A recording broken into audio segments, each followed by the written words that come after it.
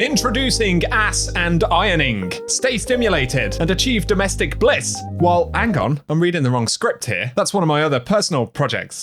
Today we are speaking about Ash and Iron, which is the next major update coming to Destiny 2 in September. Bungie have said, this is going to fix the game. Everything is saved. Of course, one of the hot topics of conversation is the power grind. Bungie are assuring us this is going to get better with the new update on September 9th. Alongside that though, there'll be an infusion of new content or returning content updates, a bit of a combination of all of those things, with new things coming to the portal, and hopefully, excitingly, will be a return to the Plaguelands. Bungie haven't gone into a lot of detail about this yet, but they will be showing a bunch of it off in a live reveal. We're getting a new exotic quest, Sandbox updates, progression changes, and a lot more coming in the update starting on September 9th. So in this video, we're going to round up everything we know about it to hopefully give everyone a better concept of how it will actually push the game forward. We sincerely hope that will be the case, but time will of course tell. For the moment, if you enjoy the video, don't forget to subscribe for more Destiny content, but now let's get into it. Ash and Iron will drop on September 9th. We'll talk about what some of the new content will look like in just a moment, but in terms of progression changes, we will be able to reach 550 power, with portal activities able to drop up to 500 power total, and then Prime Engrams once again taking over as the only way to achieve 550 power. Once we get over 500 power though, we'll be rewarded with regular drops of tier 5 gear, so that's basically going to be the point at which we can consistently farm them. Lots of players want power changes, basically everyone, as far as I can tell. Something useful to note here, Bungie will be changing the reward multiplier to use our account's highest power rather than equipped power, so we won't have to have all of our highest level gear equipped in order to continue to make power progress, but we will still need to have new or featured gear to get the 10% scoring bonus.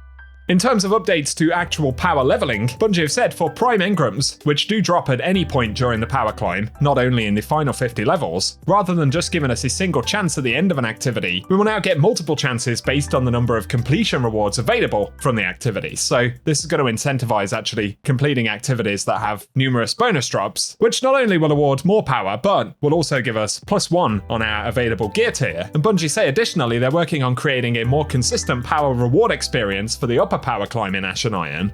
Plus, DMG indicated that the team has more improvements planned for the climb between 2 and 300, as well as the climb from 3 to 400, and he indicated that there are different problems in each of those sort of power bands, so we don't have specifics on that part just yet, but the general communication is that power leveling should be a bit less of an extreme grind when we move into Ash and Iron. In terms of new stuff to actually play though, firstly, the brand new thing will be a return to the Plaguelands with an activity highlighter event called New Territory. They say this event sets up a brand new activity called Reclaim, which will be a Plaguelands mission available for 3 players where resources are limited and playing as a team is required for success.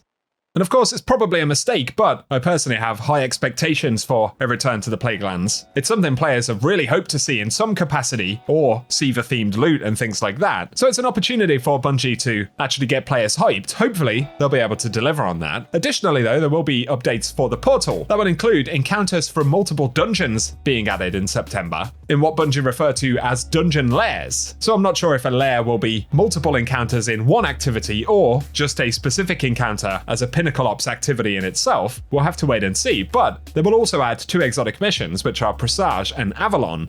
And Pinnacle Ops will have 2 daily bonus focus activities available as well, which will be a random choice from the dungeon lairs, and one that alternates between Presage and Avalon. And keep in mind, those bonus focuses are going to have the increased chance for prime drops, so fingers crossed that that's going to feel good.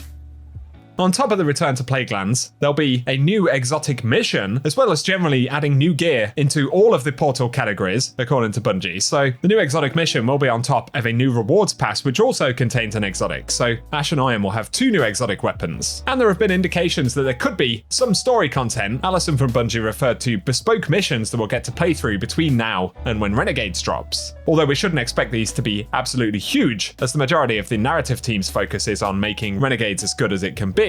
Something else that will come after September will be a return of the Iron Banner, so this will come back with the event home system updated, as well as new rewards to earn. Hopefully we'll get an armor set there as well, with some juicy set bonuses. Otherwise though, the first Iron Banner tiered rewards will arrive in the game, but we don't have a specific date for Iron Banner just yet.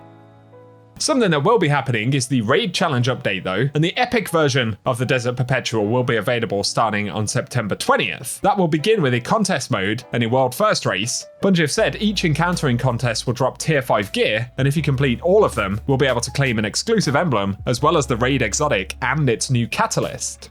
In addition to that, Bungie have said there'll be some general reward changes for Desert Perpetual on both difficulties, so the first challenge each week will give an extra piece of loot for each encounter in either version of the raid, and completing the challenge will unlock an additional one that provides bonus loot from just the epic raid, but loot from these challenges will have bonus seasonal power and drop in an upgraded tier based on the number of active feats, so essentially the raid will become more beneficial in terms of power leveling.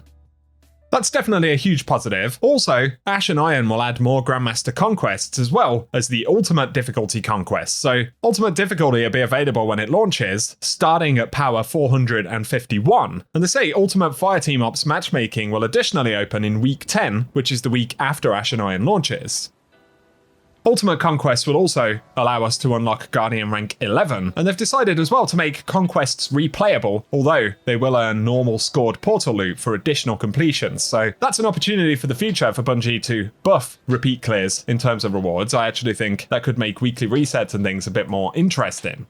And with these new reward ranks, players will be able to reach Platinum and Diamond reward ranks, which run from 450 to 499 power, and then 500 to 550 power respectively. And we'll need to get an A+ to qualify for Tier 5 gear until Platinum 3, where A grades will start giving Tier 5. Then once we reach Diamond 1, B+ will qualify us for Tier 5, and at Platinum 3, even a B will get us Tier 5. Basically, by running these sort of ultimate difficulty of activities, Tier 5 gear is going to be significantly easier to consistently farm. Bungie will also add new activities to Fireteam Ops, so the Behemoth and Echo Core battlegrounds will be added. They'll also add the Hypernet Current, Inside Terminus, and Fallen Saber Strikes, as well as expeditions from Season of Plunder. To be honest, I have completely forgotten what the hell those expeditions actually were. They'll additionally add Tomb of Elders. I think for some of those longer activities though, like we see with Onslaught and things like that, they need to add significantly more bonus drops, otherwise people are just not really going to engage with them. But otherwise, it is nice to get new added content in general to the portal and a bit more variation.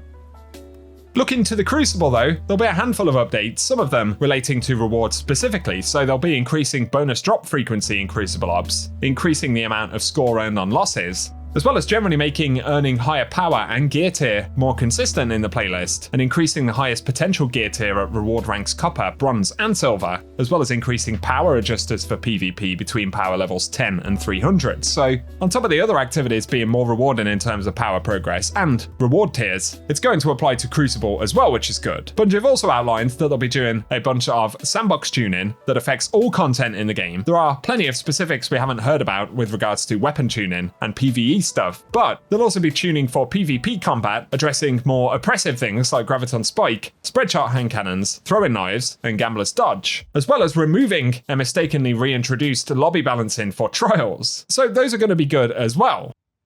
A final thing that Bungie will introduce with Ash and Iron though will be a new way to acquire cosmetics from expired season and reward passes. So there have been ways to do this out of the game up until now, but Bungie are adding ways to do it in the game. So if you've played previous seasons, they'll be available if there are any rewards that you actually didn't pick up. If you didn't purchase the pass while it was active though, Bungie have said they can be acquired at the seasonal archive for a discounted cost of 600 silver. And we can see a preview of some of the seasons that'll be featured there, and the kinds of rewards, looking at stuff from Heresy. Importantly though, based on this, it will not include rewards that sometimes have power. So, as some folks have been doing, pulling gear from old season passes, actual armor pieces, at certain points in the power climb, using third-party tools, that's been beneficial to get little power bumps here and there, but it looks like the in-game version is going to focus specifically on the cosmetic portion. That isn't necessarily surprising, and it presents a new revenue stream for Bungie potentially if players want to purchase those older sets when they didn't previously have them. So, for the moment, guys, that is what we know about Ash and Iron. I'm really looking forward to getting some new content. The power improvements should be good. Expanding the portal is vitally important at the moment as well. I've been pretty critical of a lot of stuff that Bungie have done over the past couple of months, but on paper it looks like Ash and Iron will contain some reasonably significant improvements to the game as it currently stands. I definitely hope that is the case, as I'm sure you guys do as well, but you'll have to give me your impressions based on what Bungie have previewed. And at this point, it's only a little bit over a week until we actually dive dive in and see for ourselves. So share your thoughts below. If you've enjoyed the video and you want more Ash and Iron content, then hit subscribe. Ash and Iron content. I need to stop getting these two confused, man, otherwise people are going to catch on. Yeah, hit subscribe. Otherwise though, thank you very much for the support, guys, and I hope you have an awesome day.